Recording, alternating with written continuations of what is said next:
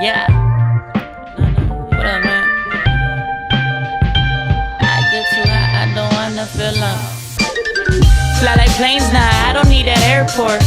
Skip the conversation, I don't care for it. Don't like my music, then what you here for? Stay up in the sky like I'm in the Air Force. She don't like the height, so she stay on all four. You can call her back, she don't want you anymore. I don't play around till they play out the chorus. Tell them see you soon, so I gotta cut short. Still strum the chord like the guitar recorded. She only ride, you know you couldn't force it. Don't talk about it if you can't afford it. Stay up the whole night, don't sleep till the morning. Call up my mama, tell her that I'm good. Man, this time I wasn't even taking the shit. Shut your mouth. Throwing the grouch. Don't get caught in your head, you forget what you could. I get too high, I don't wanna feel low. I do what happens and you do your own. Only stay up if I know. Don't you even. I get too high, I don't wanna feel low. I do what happens and you do your own. Only stay up if I know. Yo, so made it back here to beautiful Southern Oregon, coming back from beautiful Montreal, Canada. I'm up here on one of my newer favorite toge roads, so I don't really have a name for this one yet, but it's pretty fresh, as you can see.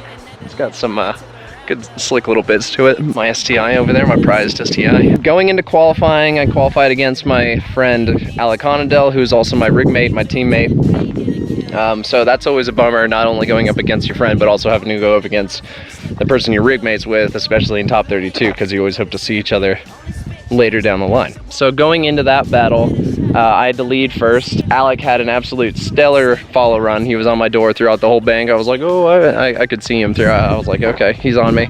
At the very end, at the third inner clip, it's kind of like a kinking right. I don't know if it's exactly 90 degrees, but it's pretty tight to that. Alec dipped off on his back left wheel at the very end of the course, breaking all of his back left suspension. Tried to get that car back out in time, and then that just didn't have enough time in the 5 minutes. So I progressed on from that one, which is, you know, bittersweet, but it's good to move up through top 16. And going up into top 16, I had to go against one of my favorite drivers in FD, Kristaps.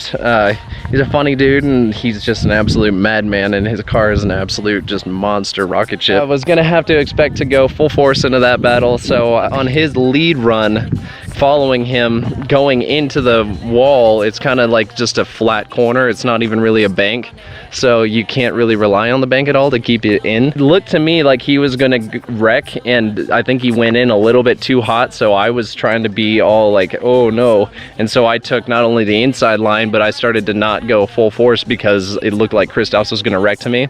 He started to take out more and more and more angle until to me it looked like he was driving straight almost, and then but he was just trying to keep himself out of the wall. On his follow run, he was all over me because, you know, that's just Kristaps.